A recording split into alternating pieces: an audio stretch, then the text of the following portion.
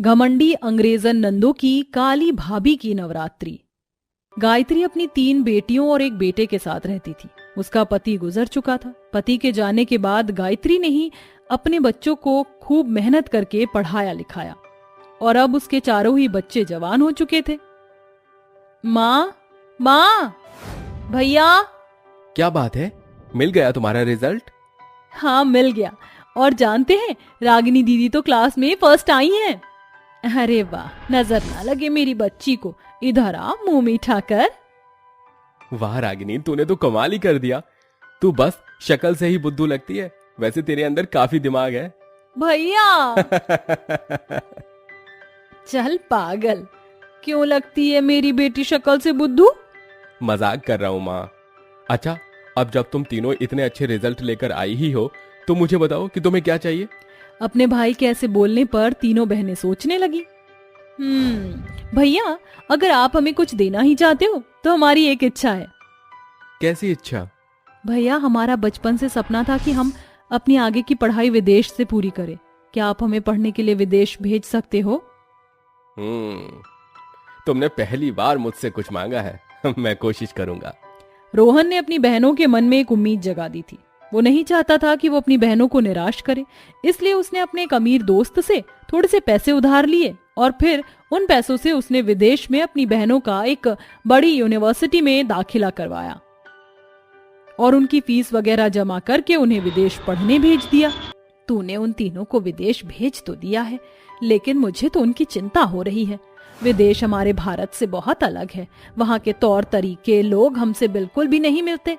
मुझे तो डर है कि कहीं मेरी बच्चियां भी उन्हीं के रंग में ना रंग जाएं। माँ, मेरी बहनें ऐसी नहीं है। मुझे यकीन है कि चाहे वो कहीं भी क्यों न चली जाए, लेकिन वो अपनी मर्यादा और अपनी संस्कृति को कभी नहीं भूलेंगी।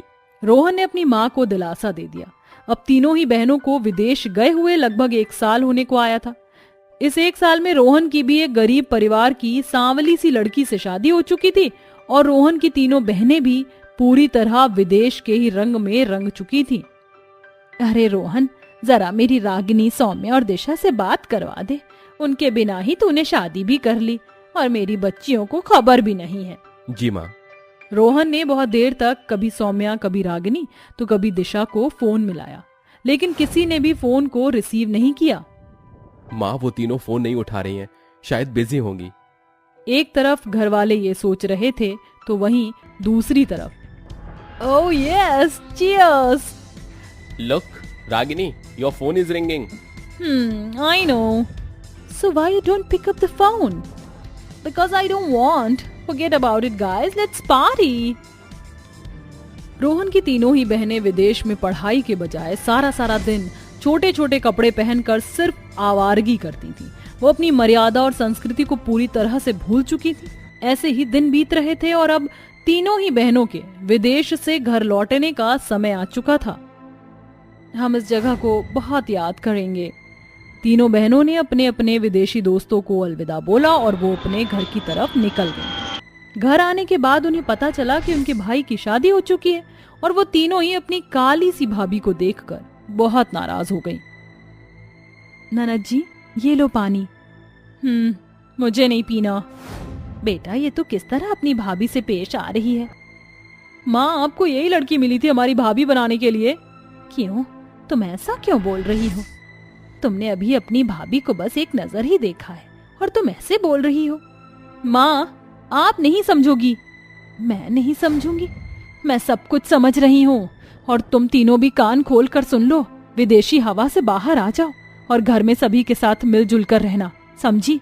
और हाँ, कल से ये पहनावा भी बदल जाना चाहिए। गायत्री ने उन तीनों को खूब डांटा। अपनी माँ की डांट सुनकर तीनों का ही खून खौल गया और वो गुस्से में अपने कमरे में आ गई। ये सब कुछ हमारी उस काली भाभी की वजह से हुआ है। सही कहा, हम माँ के सामने तो उसे कुछ कह भी नहीं सकते हैं, लेकिन देखना हम कैसे उसकी मट्टी खराब करते हैं। तीनों बहनों ने अपनी भाभी को सताने का प्लान बना लिया। अगले दिन, अरे नहीं, यहाँ मंदिर में इतनी मिट्टी कैसे है? क्या मैंने आज यहाँ साफ नहीं किया? ऐसे बोलकर दिव्या मंदिर को साफ करने लगी कि तभी दिशा ने आकर वहां और मिट्टी फैला दी। ये तुम क्या कर रही हो दिशा?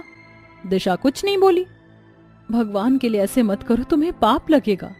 दिशा ने दिव्या की एक नहीं सुनी और पूरा मंदिर गंदा करके वो वहां से चली गई। वो तीनों बहनें ऐसा ही करती थी। जब भी वो अपनी काली भाभी को अकेला देखती उसे खूब परेशान करती और अपने भाई और माँ के सामने वो ऐसा बड़ी सीधी बन जाती। दिशा, जरा दिव्या को बुलाना। दिव्या भाभी, आपको माँ बुला रही है। काली, जल्दी जा। ऐसे ही सिलसिला चल रहा था। ना उन्हें अपने परिवार की परवाह थी, ना ही भगवान का डर। ऐसे ही सिलसिला जारी था और अब नवरात्रि आ चुकी थी। तीनों ही नंदे अपनी भाभी को नवरात्रि के दिनों में भी बहुत ज्यादा परेशान करती थी। जैसे ही उसकी पूजा करने की जगह को हमेशा गंदा करते रहना और प्रसाद वगैरह बिगाड़ना। मेरे व्रती खाने में इतनी सारी चीनी कैसे? अरे नहीं, बेचारी दिव्या बस सब कुछ शांति से बर्दाश्त कर रही थी। नौमी के दिन तीनों ही नंदों ने अपनी भाभी के बनाए प्रसाद में बहुत सारी मिर्ची मिला दी। हवाएगा मजा। ऐसा पापी काम करके तीनों ही बहनें बाहर घूमने निकल गईं। लेकिन उनके बाहर जाते ही उनकी टक्कर एक गाड़ी से हो गई और वो तीनों ही बुरी तरह घायल होकर चीखने लगी। आह! आह! उनके चिल्लाने की आवाज सुनकर दिव्या जल्दी से बाहर आई और उन्हें अस्पताल लेकर गई। उन तीनों का काफी खून बह चुका था। देखिए, अगर आधे घंटे में इन्हें होश आ जाता है तो ठीक है, वरना तो ये कोमा में चली जाएंगी। डॉक्टर की बात सुनकर सभी रोने लगे। उन तीनों के साथ ऐसा हादसा बिल्कुल इस तरह हुआ था जैसे मानो भगवान भी उनसे हिसाब करना चाहते हो। सभी रो रहे थे। दिव्या को भी अपनी नंदों की परवाह थी। दिव्या अपनी नंदों के लिए व्रती हालत में वहीं अस्पताल में बने माता रानी के मंदिर चली गई और वहां जाकर उसने अपने हाथ पर दिया रख लिया। माता रानी, आपको मेरी नंदों को होश में लाना होगा। ऐसा आपसे आपकी भक्त एक व्रती औरत कह रही है। आपको उन्हें ठीक करना होगा। जब तक ये होश में नहीं आएंगी मैं इस दिए को हाथ से नहीं हटाऊंगी। दिव्या लगातार भगवान के नाम का जाप कर रही थी और साथ ही उसके हाथों पर दिया और दूसरे हाथ में मंदिर की घंटी थी। आधे घंटे तक भी पूजा करने पर कुछ नहीं हुआ। सभी हिम्मत हार चुके थे, लेकिन दिव्या अभी भी नहीं रुक रही थी। लगभग 1 घंटे के करीब जब हुआ तब अचानक ही तीनों नंदों ने आंखें खोल दी। माँ, माँ! सभी डॉक्टर सतर्क हो गए। ये भगवान के किसी करिश्मे से कम नहीं था। गायत्री अपनी बच्चियों के पास गई और उसने उन्हें गले से लगा लिया और उनकी भाभी के बारे में बताया। आज सिर्फ तुम्हारी भाभी ही यमराज से तुम्हारे प्राण को खींच कर लाई है। तीनों नंदों ने अपनी भाभी की तरफ देखा और उन्हें अपनी गलती का एहसास हुआ। आपने हमारे लिए इतना किया और हम आपके साथ न जाने कैसे बर्ताव कर रहे थे। हमें माफ कर दो भाभी, हम अपने किए पर शर्मिंदा हैं। मुझे भी माफ कर दीजिए। माफी मुझसे नहीं, माता रानी से मांगो और शुक्रिया भी उन्हीं का अदा करो। भगवान की नाफरमानी किसी भी रूप में अच्छी नहीं होती। अब तीनों नंद के पैर जमीन पर आ चुके थे और उनके दिल का मैल भी दूर हो गया था। उस दिन उन सभी ने अस्पताल से लौटकर एक साथ बड़े मन से पूजा की और सभी मिलजुल कर खुशी खुशी रहने लगे। दिशा अपनी माँ, बाप और एक भाई के साथ रहती थी। बाकी सब तो ठीक था, लेकिन दिशा को अपने परिवार की एक बात से बहुत ही ज्यादा परेशानी थी। माँ, कल से नवरात्रि शुरू है, क्या मैं व्रत रख लूं? अरे क्या रखा है इस व्रत वगैरह में? बेवजह 9 दिन तक भूखे रहो, बस कोई नहीं रखेगा व्रत वगैरह। माँ, ये बहुत खास दिन होते हैं, आप। अरे तेरी समझ में नहीं आया? नहीं बाबा, मैं इन व्रतों को नहीं छोड़ूंगी। आपको नहीं रखने हैं तो मत रखिए। ठीक है, अगर तुझे ज्यादा ही जिद हो रही है तो तू व्रत रख ले, लेकिन एक बात सुन लेना, हमारे पास इतने पैसे नहीं है कि जो तेरे लिए फल वगैरह लेकर आए, समझी? इसीलिए बस पानी के सहारे ही व्रत रखना। ठीक है माँ, मुझे आपसे कुछ चाहिए भी नहीं। दिशा ने ऐसे बोलकर अपने नवरात्रि के व्रत रख लिए। इस बीच उसके परिवार वालों ने उसके ऊपर जरा सा भी ध्यान नहीं दिया। बेचारी दिशा बस पानी के सहारे ही अपने व्रतों को रख रही थी। अरे दिशा, जरा बर्तन साफ कर दे। माँ, बस अभी कर दूंगी, मुझे बहुत जोरों से चक्कर आ रहा है। और रखो मैडम जी व्रत, क्या मिला इन्हें रखकर? कमजोरी। अब बीमार होकर हमारे गले मत पड़ जाना। कोमल अपनी बेटी को हिम्मत देने की बजाय उसे सुनाकर चली गई। बेचारी दिशा के खाने पीने के लिए एक केला भी घर में नहीं था। उसके घर में सभी तो भरपेट खाना खा रहे थे और दिशा बस पानी के सहारे ही थी। किसी तरह समय बीता और आज नवमी का दिन था। दिशा ने किसी तरह अपने व्रतों को पूरा किया था।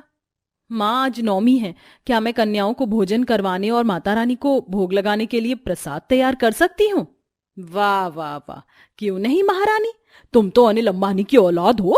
बनाओ बनाओ, प्रसाद बनाओ। हम चाहे भूखे रह जाएं, लेकिन तुम प्रसाद जरूर बनाना। माँ, ऐसे क्यों बोल रही हो? अरे नहीं नहीं, बनाओ बनाओ महारानी, मैं कहाँ कुछ बोल रही हूँ। कोमल ऐसे ही बोलती रही। बेचारी दिशा ने परेशान होकर उस दिन कोई प्रसाद वगैरह नहीं बनाया और घर के खाने का ही भोग माता रानी को लगाकर अकेले ही पूजा कर ली। दिशा के लिए ये कोई बड़ी बात नहीं थी। उसके परिवार वाले ऐसे धार्मिक कामों को जरा भी निभाते नहीं थे। माँ, आज माता रानी को भोग नहीं लगा है। अरे यहाँ अपने खाने के टोटे हो रहे हैं और तुझे इस मुहूर्त के आगे खाना रखना है। भैया, थोड़ा जबान को संभालिए। क्यों क्यों संभालूं? कोई फायदा है इस मुहूर्त के आगे खाना रखने से? बोल। अगर आप इस मुहूर्त के आगे खाना रखोगे तो बदले में माता आपको रोज ही देंगी। ये तू किसकी जबान बोलती है? ऐसे मूर्तियों को भोग चढ़ाने से किसी को रोजी नहीं मिलती, समझी? अब तू भी इस सब मनगढ़ंत बातों से बाहर आ जा। दिशा के परिवार वाले उसे भोग लगाने के ऊपर भी बहुत ज्यादा सुनाते थे। परिवार इतना कम धार्मिक होने के बावजूद भी दिशा भगवान को बड़े ही सच्चे मन से मानती थी। ऐसे ही समय बीत रहा था और अब दिशा अपनी पढ़ाई को पूरी करके अपने घर के ही हालातों में सहारा लगाने के लिए एक स्कूल में टीचर की नौकरी करने लगी थी। बच्चों, पढ़ो। A for Apple. दिशा बच्चों को पढ़ा रही थी कि तभी दरवाजे पर किसी ने दस्तक दी। दिशा मैडम, आपको प्रिंसिपल सर बुला रहे हैं। दिशा उस नौजवान को देखती रह गई। वो स्कूल के प्रिंसिपल का बेटा अब्दुल था। दिशा को अब्दुल को देखते ही उससे प्यार हो गया। हेलो दिशा मैडम। मैडम। हाँ जी आई। दिशा अब्दुल के पीछे पीछे जाने लगी। वो बस उसकी लंबी कदकाठी और नूरानी चेहरे को ही देख रही थी। अब्दुल को भी देखकर दिशा काफी अच्छी लगी और उन दोनों की उस दिन दोस्ती हो गई। मिलकर बहुत अच्छा लगा। मुझे भी।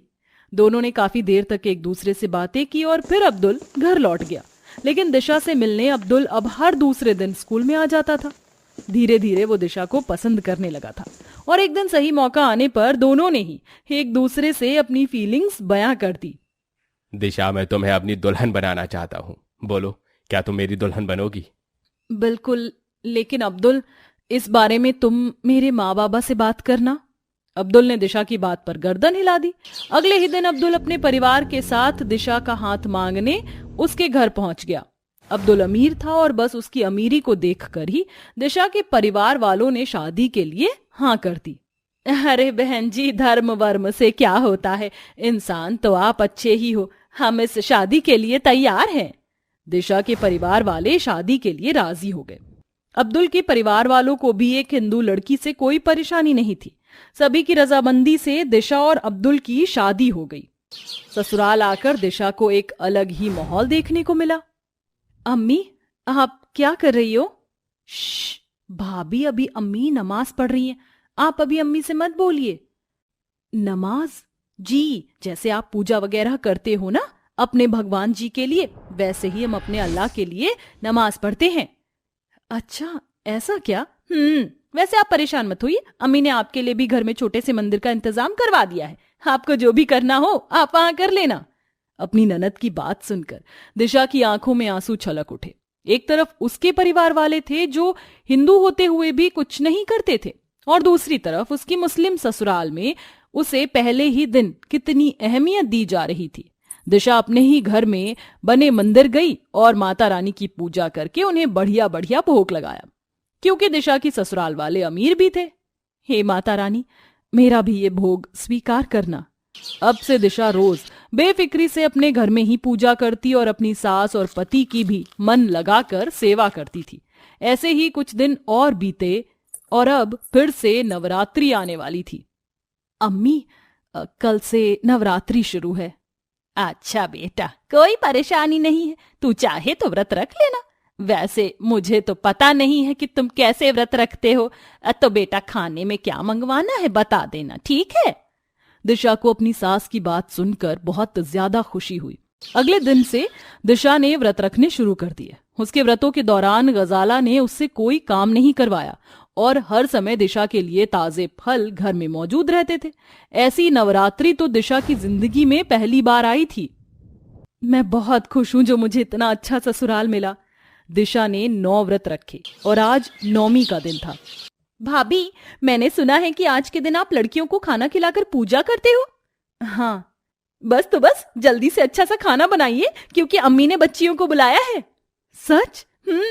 अम्मी बोल रही थी कि आज के दिन हम सभी भी आपके साथ पूजा करवाएंगे क्योंकि हम सभी एक परिवार ही तो है ना। अब जल्दी कीजिए। गजाला, निदा और दिशा ने मिलकर चने और हलवे का प्रसाद तैयार कर लिया। फिर क्या था, दिशा के घर आकर कन्याओं ने भोजन किया और फिर सभी ने मिलकर माता रानी की पूजा की। सभी का ऐसा साथ पाकर दिशा अंदर से बहुत ज्यादा खुश थी। इसीलिए तो कहते हैं कि सिर्फ दिल में प्यार होना चाहिए, फिर इस सब के बीच जात, धर्म वगैरह मायने नहीं रखते हैं। और अगर ऊपर वाले की सच्ची इज्जत मन में हो तो चाहे फिर उसे किसी भी रूप में पुकारा जाए, सभी उसकी इज्जत ही करते हैं।